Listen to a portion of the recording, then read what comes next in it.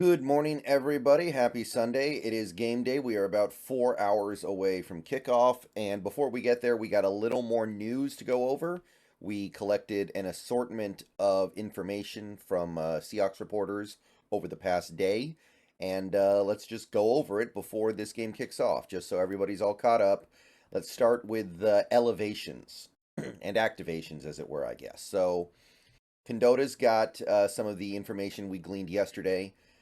Eskridge has been activated to the 53-man roster. He could still be declared inactive for this game, but as of right now, it seems like he's actually going to be active. We released a Joey Hunt to make room. Joey Hunt was only here as a emergency option in case of an Evan Brown Oluwatimi dual injury situation. So now that Evan Brown's back, less of a need. But yeah, Eskridge active in all likelihood.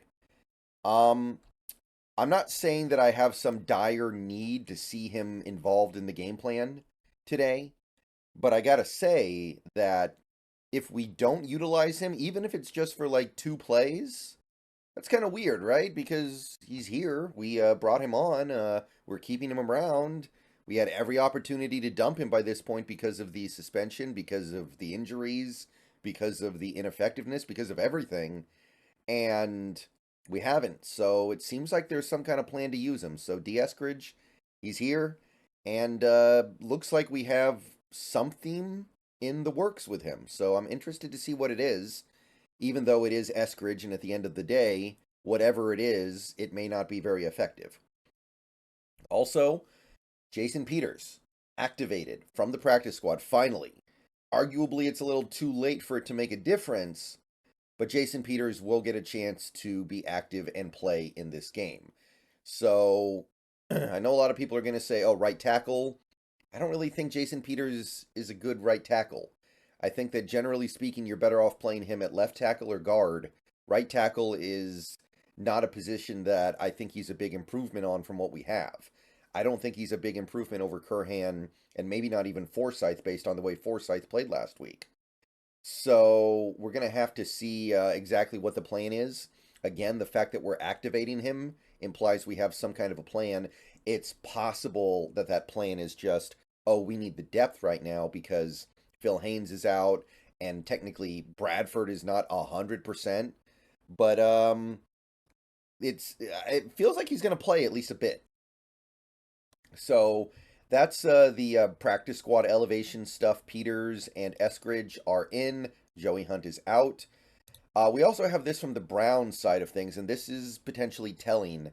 The Browns have elevated Jordan Wilkins and Ty Neshke from their practice squad. So I remember Neshke a little bit. I think he used to be a Seahawk. I remember that name.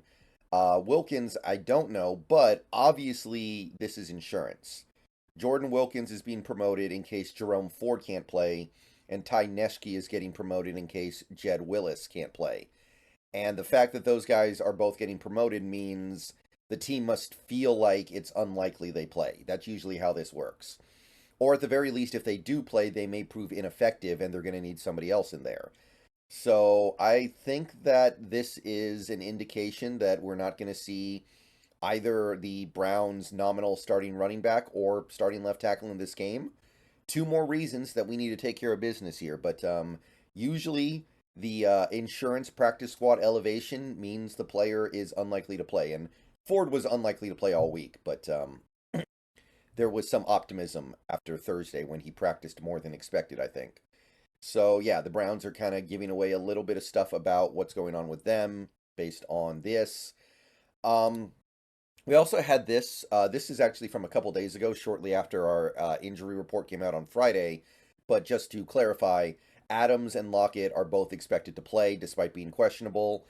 I kind of expected as much. I didn't think there was much of a chance that either guy would miss time when they weren't clearly injured with something concrete. But for anybody who was maybe worried about it, Jamal Adams and Tyler Lockett are both expected to play, and we're gonna need them. We're gonna need all our horses to make sure we get this win. This is I've already gone over the reasons why, but this is a pretty big one. So that's about it on the injury front as far as we know as of right now. We might get a little more information later about, for all we know, maybe Phil Haynes does play, right? Technically, he was doubtful. Browns have a couple of players on their injury report who are questionable. We'll probably learn more about them later. But right now, that's a pretty good summary of all the information that we have and need for this game. So there's just one more thing I want to briefly touch on here. It's not related to this game, but we're just about 48 hours away from the trade deadline. I think a little bit more technically. But the trade deadline is almost here, and um, I'm kind of keeping my ear close to the ground for things that could happen.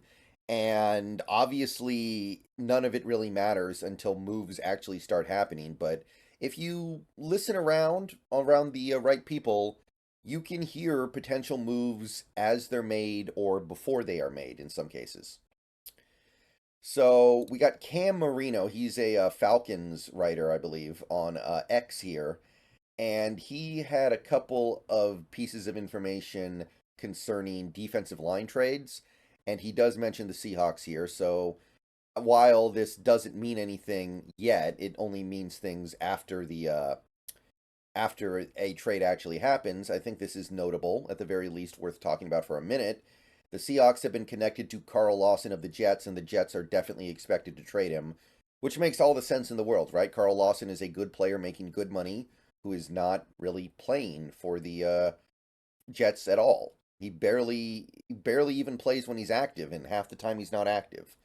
So just because Frank Clark is here, even if Frank Clark plays well on Sunday, don't be shocked if there's another move to be made, because there's no way Frank Clark is going to be able to fully replace what Nwosu was giving us. So maybe you bring in Frank Clark and you're like, okay, he's going to replace some of what Nwosu was giving us, but we're going to need somebody else to supplement that. It can't just be one guy. There's no one guy you can get for cheap that's going to be able to replace what we were getting from Carl Lawson. I'm sorry, Uchenna Nwosu. And Carl Lawson could kind of make up that deficit. And I've said this before, he should come cheap. He's a highly paid player who doesn't play. The Jets should be happy to get a fifth round pick for him. So I think that's very much still on the table, even if Clark plays well. You need depth on the edge, and this is an opportunity to get a little bit of depth on the edge that, I mean, frankly, after this trade deadline, you're going to have some guys you can go get, but the opportunities are going to be very limited. They're going to be limited to guys like Melvin Ingram, guys like Robert Quinn, guys like Carlos Dunlap, who may not have anything left in the tank. All right, that's really all the information I got, but this is definitely worth monitoring as we head towards this trade deadline in 2 days. Carl Lawson, there's some buzz, and the Seahawks are one of the teams circling. All right, see you guys later. Go Hawks. See you guys after the game.